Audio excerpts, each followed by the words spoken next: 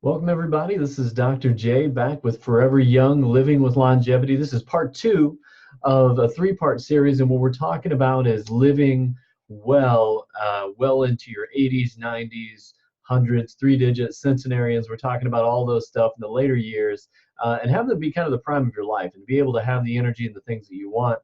If you like this video, go ahead and click the like button. If you want to see some more things, go ahead and hit the subscribe and hit the bell icon to be notified whenever we upload a video. Feel free to comment. Feel free to ask some questions. I'd love to get some feedback and know what you guys are thinking as we go through these things. And if you're looking to take some action steps on being able to connect with some of the things we're doing locally, or you need some resources and you're a little bit further of a distance, there should be a link down below. You can click that link and let us know and get access to all the information we're talking about. So what we're talking about today is we're talking about nutrition. And so healthy nutrition is the thing that's going to sustain your well-being and help prevent disease throughout all stages of life. And so food, when you think about it, nutrition really is fuel, meaning it's kind of like the octane of the fuel for your car determines the amount of power that you can have with your given tune. And so what happens when food is fuel is you put in high quality stuff, because if you think of your body as a performance machine, you'll do things radically differently than just kind of throwing in any random old junk. If you've ever heard of a story of somebody putting a Coca-Cola in the gas tank of a car and what nastiness that does to the engine, think about what that does for your own body in the exact same way. So food is fuel. That's the first thing. Now, the second thing is that food is also, because your body is always healing, adapting, changing, building, and growing, is that food is literally the building materials for your physical body. It's like if you're building a Lego castle, you need to have all the right materials. You need to have all the different colored and shapes and sizes of the Legos in order to build that particular castle. And so if you're building your physical body, your vessel to be able to travel throughout this life, you want to make sure you've got the right stuff. And so when we're looking at that, there's a couple ways to think about it whenever you're fueling, whenever you're putting in good building materials. The quality of the building materials for a house or anything else also plays a big, big role in its longevity, if you want to think of it that way. So there's kind of the minimizing of the bad, and there's the maximizing of the good. And one of the problems we run into is that many of us kind of want that clear line of these things are okay, these things are not okay.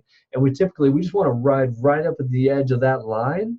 Like, how close can I get to that line without crossing that line and just being just barely on the side of okay or possible? Like, how close can I get to the fire without getting burned? Or how much can I straddle the fence without actually falling over the other side?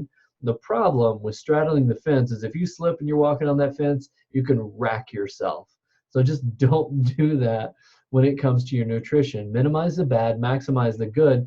Run away from that midline as far as you possibly can, because everything in life, like being strapped to a massive bungee cord, will try and pull you back the other way. You straddle the fence, it is not going to go well. So chase as hard as you can and go in a good direction, especially in our society. And so we look at it, cultures with longevity, from a foundational standpoint, they just eat real food. You know, they eat food that your grandparents would have recognized as food. It's very simple. And one of the problems that we have in our society is that so many things have changed over the generations. Americans spend more now on processed foods and sweets than any other possible food group. And the other problem, well, there are many other problems, but one others, is that 75 to 80% of processed food in the United States contains materials from genetically modified organisms. And so whenever there's a genetic modification to it, it's not the original food that God designed or that nature intended. And so when Americans spend billions, $165 billion on fast food in 2010, we just kind of gets us a sense of what we're putting in ourselves is a lot like the Coca-Cola in the gas tank. And so shifting over towards real food, so we're talking about fruits and vegetables, things that used to grow on a tree or grow in the ground, things that would grow like seeds, or eggs that would grow into chickens, or meats that actually were growing and then we decided to eat them. And so these kind of things have life in them, right? And so if you want life and longevity, then you need to eat things that have life or are associated with life. And so when we look at making choices, it starts very simply there. It's the perimeter of the grocery store. It's things that your grandparents would have eaten or recognized as food. It's that kind of thinking. Now, as we look at food does not have to rule your life. This is not a diet, okay? So thinking about it, a forever young diet is not the kind of mindset that we're talking about. It's a lifestyle of wellness and a better relationship with food, because when we're looking at cultures that have more centenarians than everywhere, they're not dieting. That's not the conversation that they have. Dr. B.J. Hardick in Align Your Health, in the newest Max Living uh, Guide book, on page 87, it says this is not a diet. It says it's a lifestyle of wellness and a better relationship with food. And so when you're looking at a relationship with food, if you're looking at a relationship with anybody really, or anything, you want to have a healthy, balanced relationship. And one of the problems that many people have is their relationship with food is that it's very one-sided, and food is all about pleasure, and it's literally filling every physical activity that you do in life. And that's just not healthy. Like, you literally can't have any activity without food. If that's the case, then something's wrong. Food is something that adds to life, and it is a quality, and it isn't a thing that you can enjoy, but man, it is not life. It's part of it, but it's not life. And so don't seek to fill your life happiness with short-term pleasure food. So a simple question is, are you infatuated with sugar? So many people are, and ultimately we just have way too much of it. And so many of us get sucked into having more sugar than we realize, simply from not paying attention, because so many foods have changed over the last decades. We just need to be very aware of what our culture has done to distort what originally would have simply been food. So reading labels, that's a big part of it. So let's talk a little bit about the core and the advanced plans when it comes to having a lifestyle sustainable nutrition plan. Let's start with the macronutrients, because what we're not talking about is counting calories, okay? Because you could have 150 calories of Twinkie or 150 calories of raw almonds, and you're going to have radically different fuel and energy output and nutrient density out of those two items at the same calorie level. So it's not just calories, okay? It's quality over quantity. So when we're looking at fats, we simply need to eat more healthy fats, and we need to eliminate the damaged fats. So original fats, whether they be an organic animal fat or whether they be plant-based fats. Now, one distinction there is the modern version of things, since the low-fat mindset era, have distorted and damaged things like vegetable oils or canola oils or these modern oils, or the I can't believe it's not butter type of oils, are man-made distortions or damaged fats that the body has no idea what to do with, and they create this cellular congestion, which literally makes it hard for your cells in your body to breathe or to bring in nutrients or to get toxins out. It's like wrapping yourself in plastic wrap and expecting to breathe. It just does not work. So we need to be very careful on that one, and just don't be afraid of fats. Like, the reality is that the cultures all over the world eat high amounts of fats. In fact, the Inuit population, for example, eats a majority of their diet, like whale blubber, for example, lots of fat, and have been doing so forever, it seems. And so high fat diets are not necessarily bad. Now, high fat processed fats diets, that would be an absolutely a disaster. But healthy quality fats, you can have massive amounts of it and it'd be okay. It's just quality over the quantity. So speaking of quality, organic whenever possible, especially when we're looking at the proteins, and then consuming, if you're going to have within your carbohydrates and your vegetables, if you're going to have higher sugar plant-based foods, things like your fruits or higher starchy vegetables, have those earlier in the day so that you have an opportunity to actually burn them out. And that's the carbohydrate conversation, just timing it smart, you know, because they're quick fuel.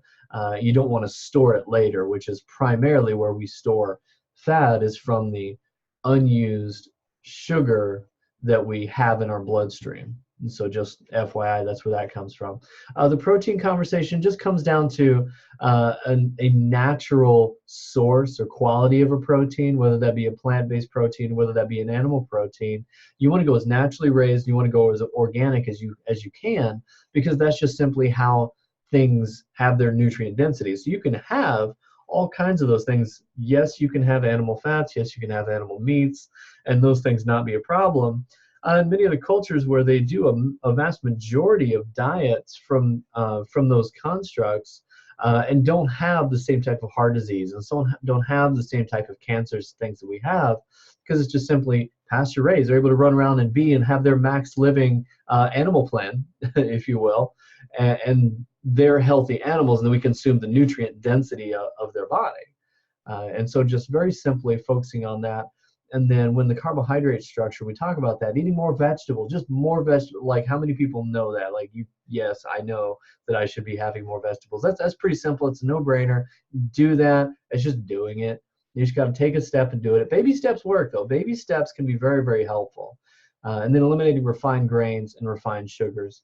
One simple thing to recognize is that grains are not required for healthy longevity. In fact, many cultures with healthy longevity don't have grains at all. So think about that for a second.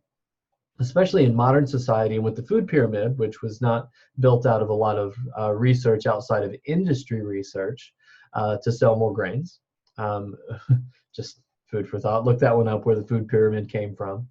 But ultimately, that whole section of the food pyramid, that grains construct, can literally be completely eliminated and it actually be healthful and beneficial for you. So let's talk about that when it comes to the advanced plan. This is more the when it's advanced, this is more for shorter term situations to try and lose some weight, to get some inflammation down for a disease process or detoxification or things of that nature. So in this one, same concept with the fats.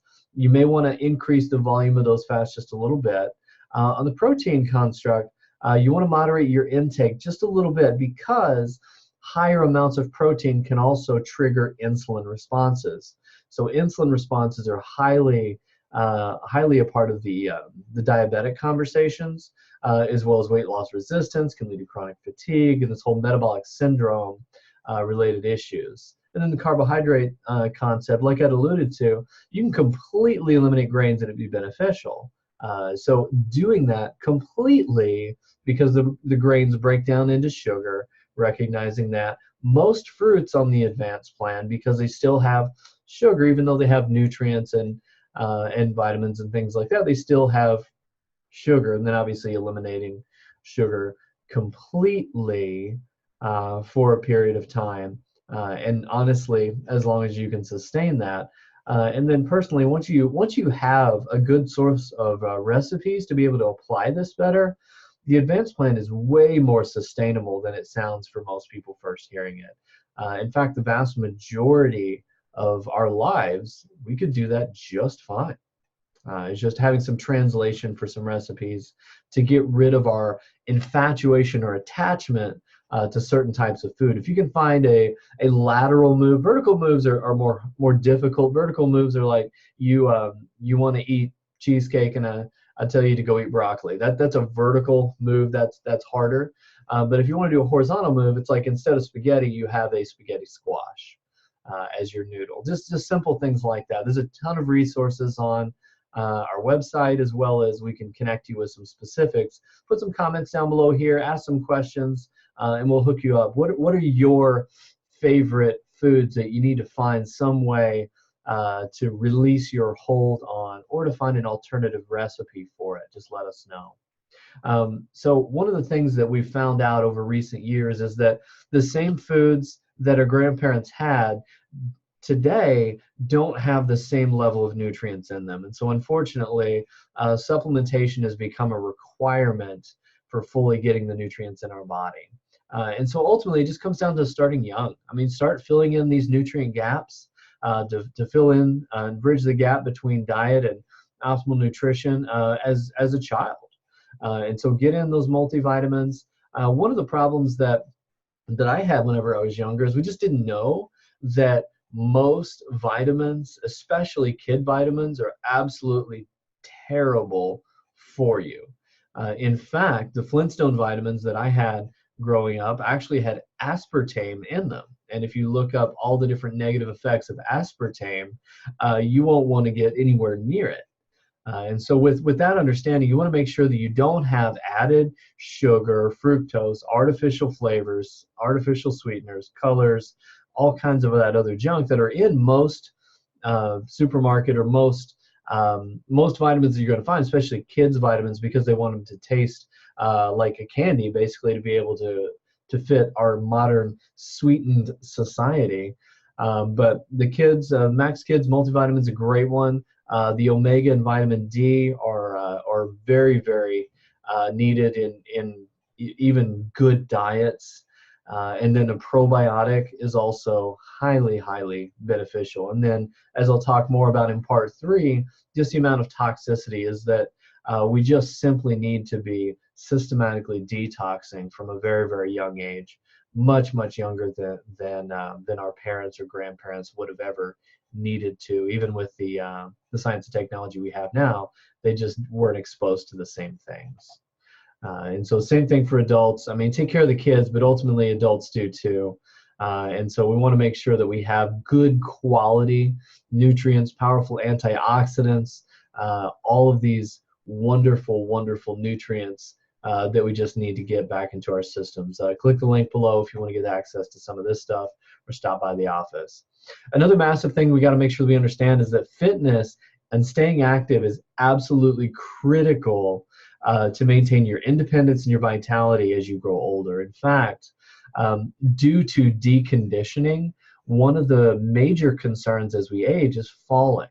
And so if we lose our balance simply as a result of deconditioning, because of not being or staying active, then we can end up having risk of falls. And you fall and break a hip, there are major arteries there and risk of clotting and all kinds of issues that can be flat dangerous. And so getting your fitness built around a lifestyle focus for functional movements, and so that you can do life, and you're training for life as you grow older. It's like envisioning that, you know what, you want to be able to get the groceries when you're 90. You know, you want to be able to stand up and sit down, or to get up off the ground, or do those things whenever you're 90 or 100 or 105 or whatever the good Lord gives you. You want to be able to have that with as much vitality and quality as you can. And so it starts right now. I mean, the future starts now. We just need to make sure that we're doing it. And in most of these cultures that we look at that have high rates of centenarians, their fitness levels are a result of what they have to do daily, whether it be a steep terrain that they always have to traverse, or physically active activities all day long. And so from that perspective, in modern society, we need to understand that sitting is the new smoking, that it's horrible for our health. It increases the pressure on our spine 40%, and just sitting is so detrimental to posture and deconditioning of our core and all those other things, which I'll talk about more in part 3. But ultimately, staying physically strong and active, what we have to do in our society is we have to be very intentional and making sure that we are physically moving. Like I said, cultures with longevity just flat move. They have to. Highly sedentary life is a huge risk factor for literally all-cause mortality. And that was a study from 2017. So it's just all over the place. So okay, so here's the secret sauce, if you will. How do you do this? How do you take advantage of the metabolic research and to get the hormone benefits out of the best types of strategies you can use in a high rate of functional improvement and a high level of effectiveness, and to be able to fit that in our busy lifestyles? Well, here's the secret sauce. here's what we got to do. If we're going to do short surges of energy, and then we rest, and then we repeat that. This is intermittent movement. This is interval types of training. So if we're interval training with functional movements, or if we're doing all kinds of adaptable movements, or we're doing cross training, if you will, over a lot of different modes of life, and we're getting ourselves into a good fitness to be able to do all the different demands that having grandchildren and playing and running on the beach and biking or running or climbing or running and all of these things that we want to be able to do, or swimming, that we want to be able to carry them, to lift them, to put the groceries in the cabinets over our head, to be able to carry them across the parking lot, load our arms up with all these bags and make it one trip, don't make a second trip, right? That mindset, like I tend to do that. But if we do this, here's a very simple formula. Start with this. This is called surge training. Start with an intense movement for 20 seconds. Anybody can do 20 seconds of some movement.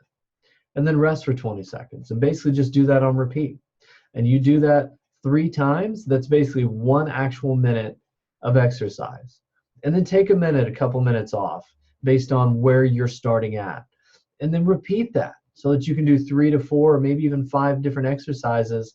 And it'll literally take you 12 to 15 minutes total to absolutely get a tremendous workout in. You can do sprints, uphill walking, running in place, you can swim laps, you can be on a stationary bike, you can do elliptical stuff, you can do a rowing, you can do lifting weights, or any functional movement exercise you can do. Just put some intensity in it. Now, intensity is relative. Do what's intense for you. And so make sure you do it properly. And in order to be able to do these things, a big part of that is make sure you take care of your physical body, start where you're at, and start building. This is a leave your ego at the door mindset, so that you start where you truly are, not start where you think you should be or where you were back in high school sports. Make sure that you're starting legitimately where you are and build up from there with a tortoise versus the hare mindset, so that if you can sustainably and repeatably be able to do just a little bit more and a little bit more and a little bit better and just keep going, you will radically make a massive transformation of your physiology. Ask some questions, dig into this stuff, eat some real food, and just flat get moving. I'm Dr. Johnson, Dr. J. And so go ahead and subscribe to our channel if you haven't done that. Hit the bell icon to get notifications to know that whenever we've uploaded a video.